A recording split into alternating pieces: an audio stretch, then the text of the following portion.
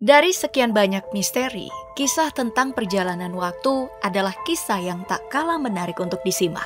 Bayangkan, ada seseorang yang bisa bergerak maju atau mundur dalam rentang waktu, melintasi abad-abad, dan menyaksikan peristiwa yang telah terjadi atau akan datang. Seperti yang pernah dialami oleh Rudolf Fans, seorang pria yang diduga menghilang pada tahun 1876 dan muncul kembali di tahun 1951. Namun ternyata tak hanya Rudolf Fans.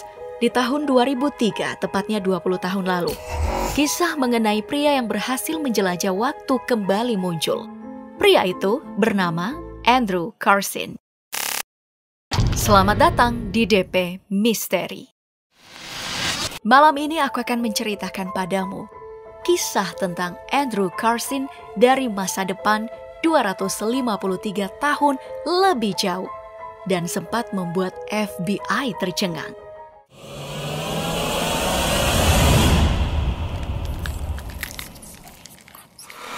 Kisah perjalanan waktu Andrew Carson pertama kali terkuak saat ia digiring oleh FBI pada tanggal 28 Januari 2003 atas permintaan SEC atau Security and Exchange Commission, yang berarti Komisi Sekuritas dan Bursa Amerika Serikat.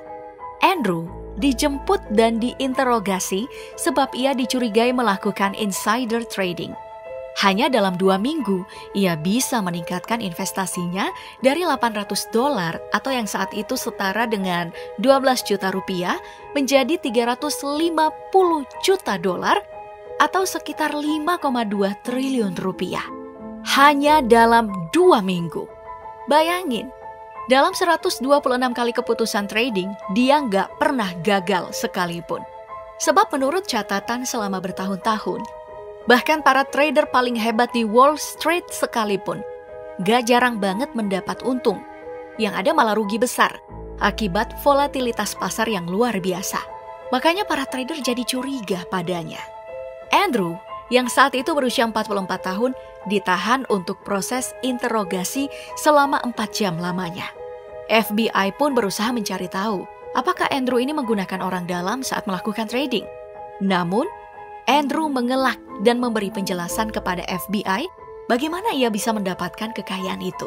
Karena ia berasal dari tahun 2256. Bahwa ia adalah seorang time traveler yang awalnya ingin berakting natural saat sedang melakukan trading agar tidak dicurigai dengan membuat dirinya sesekali gagal. Namun ternyata ia larut dalam suasana hingga lupa dan tidak menyadari jika aksinya itu ternyata sedang diawasi. Andrew bercerita bahwa di tahun 2256, pengetahuan tentang volatilitas pasar saham bukanlah sesuatu yang istimewa, bahkan dianggap sebagai sesuatu yang biasa. Tidaklah sulit untuk setiap orang mengetahui sejarah pasar saham dan mendapatkan keuntungan. Sehingga tidak heran jika ia telah tahu saham mana yang akan naik dan yang mana yang bakal jatuh. Sebab Andrew telah melihat semua itu. Namun, tentu saja FBI nggak percaya begitu saja. Beberapa dari mereka ini bahkan menganggap Andrew Carson ini sebagai pembual. Hingga akhirnya ia mulai dipercaya saat memberikan prediksinya tentang tanggal pasti invasi Amerika ke Irak. Ternyata, ia memberikan prediksi tanggal yang tidak meleset. Gak hanya itu, Andrew bahkan sempat menawarkan untuk memberitahu lokasi Osama bin Laden dan obat penyembuh bagi AIDS yang saat itu belum ditemukan dengan syarat ia segera dilepaskan dan dibiarkan kembali ke mesin waktunya. Nah, setelah proses interogasi yang panjang, tidak ada bukti kuat yang bisa membuat dirinya ditahan. FBI pun memutuskan Andrew Carson ini bisa bebas. Namun, saat ditanya di mana ia menyimpan mesin waktunya, serta bagaimana cara kerja mesin waktu yang ia sebut-sebut itu, Andrew memutuskan untuk tidak menjawab. Alasannya jelas, ia tidak ingin teknologi itu jatuh ke tangan orang atau lembaga yang salah, sehingga nanti disalahgunakan dan akhirnya bikin kacau. Hal itu membuat FBI kembali meragukan cerita Andrew Carson bahwa ia adalah manusia dari masa depan. Namun, Salah satu dari tim SEC yang bertugas untuk melacak asal-usul Andrew Carson, ternyata nih, tidak seorang pun ada yang bisa menemukan dokumen terkait dirinya sebelum Desember 2002. Seakan-akan dirinya tidak pernah ada sebelumnya. Tidak ada yang tahu di mana dia dilahirkan, siapa orang tuanya, sekolahnya di mana, dia bekerja di mana, atau di mana tempat tinggalnya. Dia ini seperti hantu. Lebih anehnya lagi, setelah dibebaskan, keberadaan sosok Andrew ini benar-benar lenyap. Tidak ada lagi yang pernah mengungkitnya. Media yang berusaha mencarinya pun tidak pernah lagi bisa menemuinya. Padahal nih ya, semestinya pada tanggal 2 April 2003, ia harus datang ke pengadilan bersama pengacaranya untuk acara dengar pendapat. Namun, hari itu dia tidak muncul. Ia menghilang begitu saja. Banyak yang menduga bahwa ia memutuskan menghilang sebab kewalahan diteror dengan banyak telepon. Ada banyak trader yang ingin bekerja sama dengannya agar bisa melipat gandakan kekayaannya tanpa harus rugi, atau telepon sekedar menanyakan saham apa yang bakal naik. Bahkan lebih anehnya dan di luar konteks, ada beberapa orang yang bahkan ingin tahu apakah pasangan mereka di masa depan akan selingkuh atau tetap setia. Wah, kalau udah sampai begitu emang berlebihan sih ya.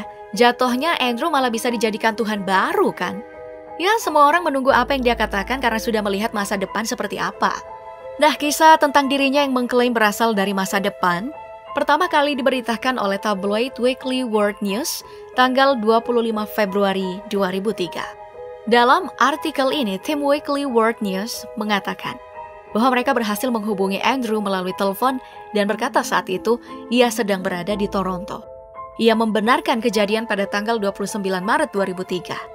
Ia dilepaskan oleh FBI berkat bantuan seseorang yang tidak ia kenal, namun berbaik hati menjaminnya dengan membayar uang jaminan senilai $1 juta atau sekitar 14 miliar rupiah. Dan saat ditelepon, Andrew mengaku sedang sibuk merintis sebuah perusahaan yang akan go public 2007. Saat ditanya mengenai usia aslinya, Andrew mengatakan bahwa ia berusia 44 tahun dan tidak bertambah tua sedikit pun. Namun, ia menolak untuk menjawab saat diberi pertanyaan bahwa jika benar ia melakukan perjalanan waktu, apa yang ia lakukan di tahun-tahun ia menghilang? Apakah ia menggunakan uang yang ia dapatkan di tahun 2003 itu untuk membiayai kehidupannya di tahun 2256? Ia hanya mengatakan no comment, entah mengapa.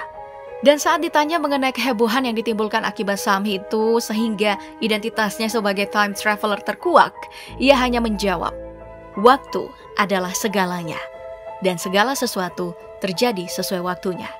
Aku di sini sekarang, jadi inilah waktuku. Berbicara tentang konsep penjelajah waktu alias time traveler, memang masih lebih banyak yang menganggapnya itu nggak masuk akal. Namun faktanya bahwa para ahli mengatakan hal yang berbeda sebab dua dari fisikawan terbesar sepanjang masa, Einstein dan Hawking, percaya bahwa manusia itu dapat mengadakan perjalanan lintas waktu. Einstein sendiri bahkan yang memulai ide tentang perjalanan waktu dengan teori relativitas yang ia buat. Berbekal teori persamaan Einstein itu, ada juga seorang profesor fisika dari Universitas Connecticut bernama Profesor Ronald Mallet yang tengah berusaha menciptakan mesin waktu dan memprediksi bahwa dalam 10 tahun ini manusia bisa menemukan mesin waktu yang nantinya bisa digunakan untuk perjalanan lintas waktu. Berbeda dengan yang dilakukan mahasiswa dari Massachusetts Institute of Technology, salah satu universitas terbaik di dunia. Mereka nih bahkan pernah mengadakan konvensi fisika dengan mengundang semua orang yang mengklaim berasal dari masa depan. Lalu, sebuah organisasi fisika nuklir Eropa, CERN, di Jenewa, yang menemukan internet alias World Wide Web, bahkan sedang melakukan eksperimen membuat lubang hitam mini yang nantinya dapat diaplikasikan untuk perjalanan lintas waktu. Nah, ada salah seorang time traveler yang mengaku berasal dari tahun 2036 bernama John Titor. Dia ini pernah mengklaim bahwa ia bisa datang dari masa depan menggunakan 2 lubang hitam mini ini. Kita kembali ke kisah Andrew Carson yang banyak dicurigai sebagai kisah palsu dan diragukan kebenarannya. Banyak kalangan yang menganggap bahwa kisah itu hanya karangan belaka. Namun anehnya, media Weekly World News ini justru nggak pernah memberi klarifikasi mengenai benar tidaknya berita tentang Andrew Carson, si penjelajah waktu ini. Saat SEC dan FBI juga ditanya mengenai Andrew Carson, mereka mengaku tidak pernah mendengar nama pria ini. FBI seperti sengaja memutuskan untuk mengunci mulut tentang nasib dari Andrew. Ada banyak desas-desus yang mulai bermunculan setelah SEC dan FBI kompak tidak menambah keterangan di publik mengenai Andrew. Salah satunya adalah ada yang menuduh FBI sebenarnya diam-diam telah membunuh Andrew karena banyak orang yang merasa terancam. Kalau beritanya sudah terlanjur muncul di media, lalu semua yang terlibat tiba-tiba mengaku nggak tahu, bukankah berarti ada sesuatu yang sengaja ditutup-tutupi oleh pihak tertentu demi kepentingan mereka? Mengapa kisah Andrew ini tiba-tiba disangkal dan hilang begitu saja? Tidak ada yang ingin bertanggung jawab. Yang pasti, Andrew Carson menghilang seperti ditelan bumi. Banyak orang yang yakin kalau ia kembali ke tahun 2256 di kehidupan asalnya. Ada yang mengaku pernah bertemu Andrew setelah lama menghilang dan muncul kembali di tahun 2007. Namun tidak seperti yang ia janjikan bahwa ia akan go public. Andrew dikabarkan justru menutup diri, menjadi lebih pendiam dan menolak berkomentar apapun. Apa yang telah terjadi pada dirinya? Kemudian beredarlah berbagai spekulasi mengenai nasib Andrew.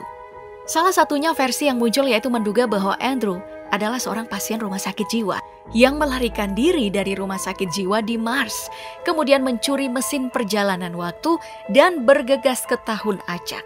Namun, secara kebetulan bisa tiba di tahun 2003.